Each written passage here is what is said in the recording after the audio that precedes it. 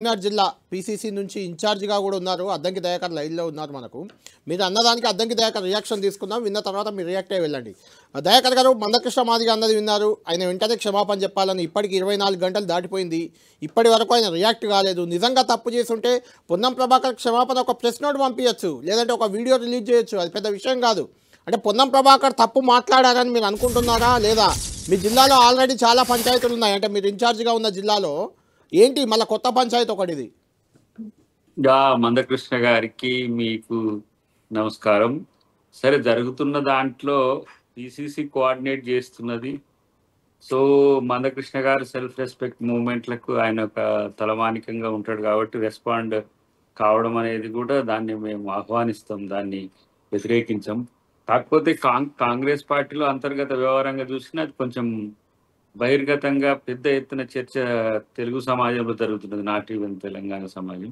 దానికి పిసిసి గారు కూడా సీరియస్గానే కోఆర్డినేట్ చేస్తున్నాడు.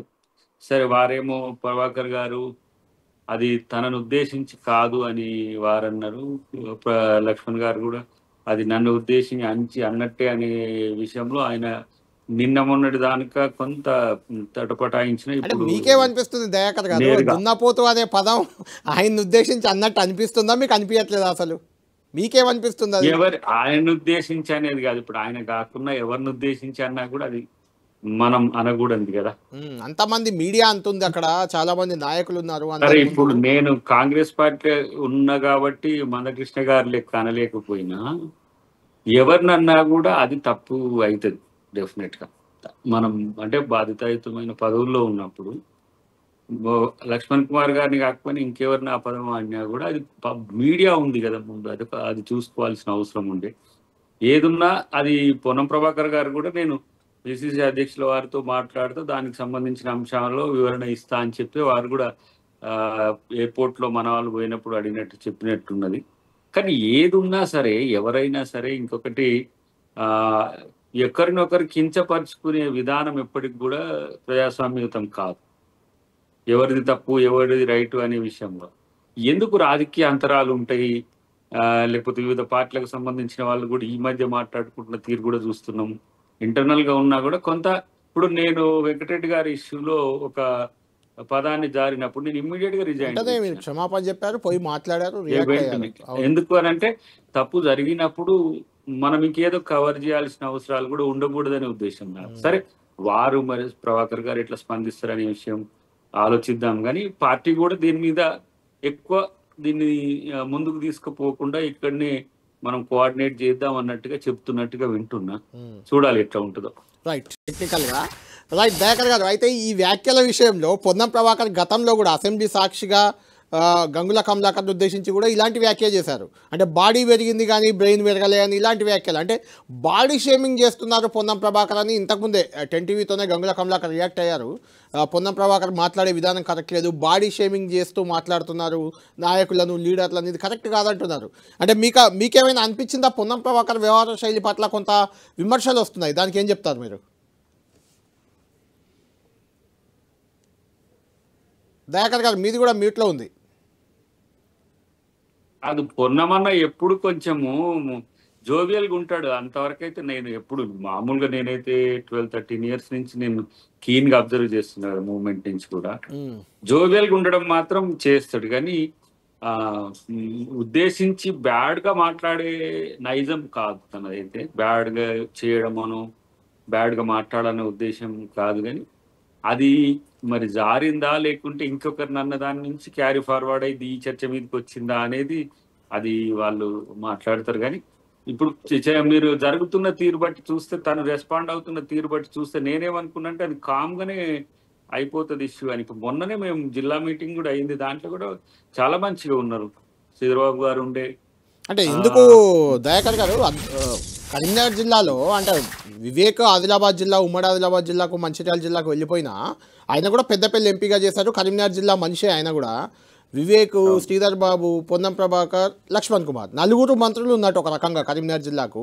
ఈ 4లో వివేక్కి శ్రీధర్ బాబుకి మధ్య గ్యాపు, లక్ష్మణ్ కుమార్కి పొన్నం ప్రభాకర్కి మధ్య గ్యాపు, పొన్నం ప్రభాకర్కి శ్రీధర్ బాబుకి గ్యాపు. ఇద్దరు మంత్రులు ఇట్లా విడిపోయినట్లుగా అనిపిస్తుంది అక్కడ రాజకీయం. మీకేమనిపించట్లేదా? మీరు అక్కడ ఇన్ఛార్జ్ కదా. ఒక్కటి ఏంటంటే గ్యాప్ అని అన్నాను కానీ ఇప్పుడు ఆడ జీవన్ రెడ్డి సంజయ్ అయితే మనకు తెలుసు ఇక పంచాయతీ. యా ఇప్పుడు ఒక్కటి ఏముంటదంటే రాజకీయాల్లో తన శిష్యగణానికి అవకాశాలు తెప్పించాలని ప్రతి ఒక్కరిని కూడా ప్రయత్నం చేస్తారు. అది తప్పు కూడా కాదు. ఎందుకంటే సుదీర్ఘకాలంగా కాంగ్రెస్ పార్టీలో పనిచేసిన వాళ్ళు ఇరు వర్గాలకు కాదు అన్ని వర్గాలకు సంబంధించిన వాళ్ళు కూడా ఉంటారు. ఆ సందర్భంలో మనం ఈక్వేషన్స్ కూడా సోషల్ జస్టిస్ ఈక్వేషన్స్ తీసుకుంటున్నప్పుడు ప్రమోట్ చేసుకునే పనిలో ఉంటుంది. కానీ గ్యాప్ అనుకునే దానికంటే నేను మొన్న వివేక్ గారు ఒక్కరు లేరు కానీ తుమ్మల గారు మా ఇన్ఛార్జ్ మంత్రి గవర్నమెంట్ నుంచి, నేను పార్టీ ఇన్ఛార్జ్ గా ఉన్నా. ప్రతిది కూడా ఎందుకు దయాకర్ గారు లక్ష్మణ్ కుమార్ గారు ఇంకొక కామెంట్ కూడా చేశారు, తాను వచ్చి కూర్చుంటే వివేక్ లేసి వెళ్ళిపోతున్నాడు, ఆ వివేక్ కూడా నాకు అసలు కనీస గౌరవం ఇవ్వట్లేదని ఈరోజు ఆయన ఆన్ రికార్డ్ చెప్పారు లక్ష్మణ్ గారు. దానికి వివేక్ గారు కూడా ఏంటంటే మీనాక్షి నటరాజన్ గారితో మీటింగ్ ఉంది కాబట్టి నేను వెళ్లాల్సి వచ్చింది అనేది కూడా వివరణ ఇచ్చింది. అక్కడ అని కాదు, ఇన్ జనరల్ గా తాను వస్తే వెళ్ళిపోతున్నాడు అనే రకంగా కూడా మాట్లాడుతున్నారు లక్ష్మణ్ గారు.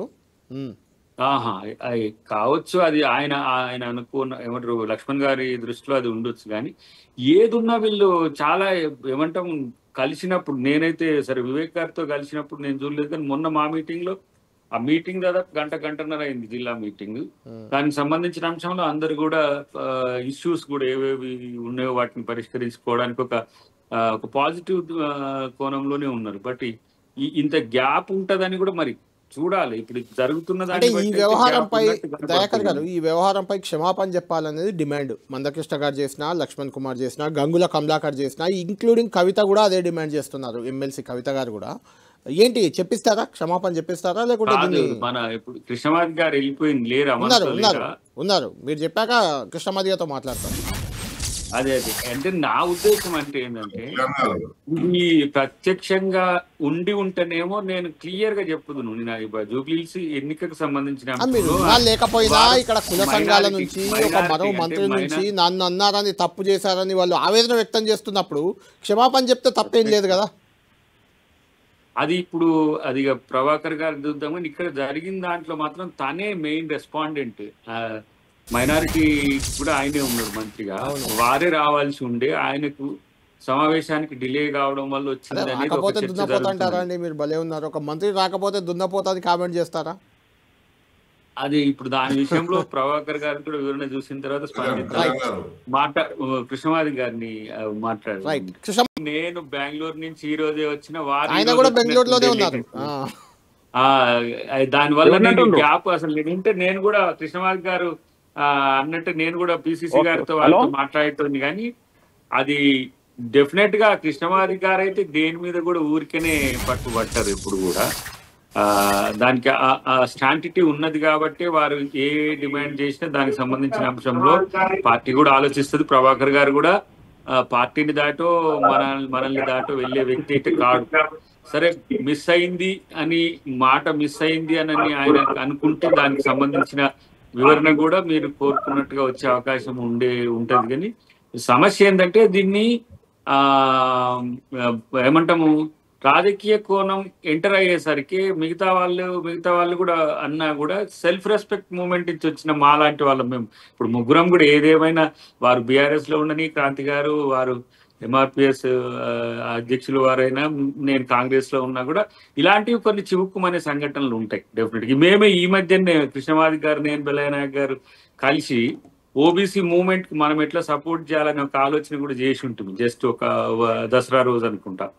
ఎట్లా అంటే బీసీకి ఎస్సీ ఎస్టీలకు మధ్యన గ్యాప్ పెరగకుంటుంటానికి మనం